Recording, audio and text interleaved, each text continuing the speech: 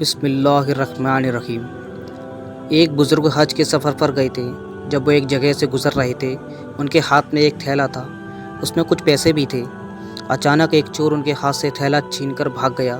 جب چور کافی دور نکل گیا تب اچانک اس کی آنکھوں کی روشنی ختم ہو گئی۔ آنکھوں کی روشنی جاتے دیکھ اس چور نے رونا شروع کر دیا۔ جب لوگوں نے چور سے پوچھا بھائی کیا ہوا، تو وہ کہنے لگا میں نے ایک آدمی کا تھیلا چھینا ہے۔ جب وہ کوئی بڑا اللہ کا قریبی بندہ لگتا ہے۔ میری آنکھوں کی روشنی چلی گئی، خدا کے لیے مجھے اس کے پاس پہنچا دو تاکہ میں اس سے معافی مانگ سکوں۔ جب لوگوں نے پوچھا کہ یہ قصہ کہاں پیش آیا، تو کہنے لگا فلاں نائی کی دکان کے قریب پیش آیا۔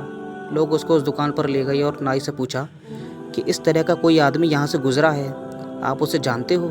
اس نے کہا مجھے اس کا گھر تو پتہ نہیں، ہاں مگر نماز کے لیے وہ آتے جاتے رہتے ہیں، اگلی نماز کے لیے پھر آئیں گے۔ یہ لوگ انتظار میں بیٹھ گئے۔ وہ بزرگ اپنے وقت پر تشریف لائی۔ لوگ اس چور کو ان کے پاس لے گئے تو اس چور نے جا کر ان کے ہاتھ پاؤں پکڑ لیے کہ مجھ سے غلطی ہو گئی، گناہ ہو گیا، نادم ہوں، شرمندہ ہوں، میری آنکھوں کی روشنی چھن گئی، آپ اپنے پیسے واپس لے لیجئے اور مجھے معاف کر دیجئے تاکہ اللہ تعالیٰ میری آنکھیں ٹھیک کر دے۔ وہ بزرگ کہنے لگے میں نے تو تجھے پہلے ہی معاف کر دیا ہے۔ یہ سن کر چور بڑا حیران ہوا اور کہنے لگا حضرت میں تو آپ کا تھیلا چھین کر بھاگا اور آپ کہتے ہیں معافی مانگنے سے پہلے ہی معاف کر دیا۔ وہ فرمانے لگے ہاں میرے دل میں کوئی بات آ گئی تھی۔ فرمانے لگے میں نے ایک حدیث پڑھی جس میں نبی صلی اللہ علیہ وسلم نے فرمایا کہ قیامت کے دن جب تک میرے امتی کا حساب پیش کیا جائے گا تو میں اس وقت تک میزان کے قریب رہوں گا جب تک میرے آخری امتی کا فیصلہ نہیں ہو جاتا۔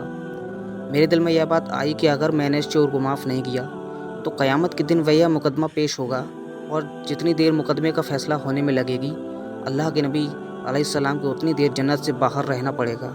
اس لیے میں نے معاف کر دیا کہ نہ تو مقدمہ پیش ہوگا اور نہ ہی میرے محبوب کو جنت میں جانے میں دیر لگے گی، وہ جلد جنت میں تشریف لے جائیں گے۔ ماشاء اللہ۔ اگر آپ لوگوں کو ہماری یہ پوسٹ پسند آئی ہو اور اگر آپ اس پوسٹ سے کچھ علم حاصل ہوا ہو تو نیچے دیے گئے سبسکرائب بٹن پر کلک کریں اور ہمارے چینل کو سبسکرائب کریں۔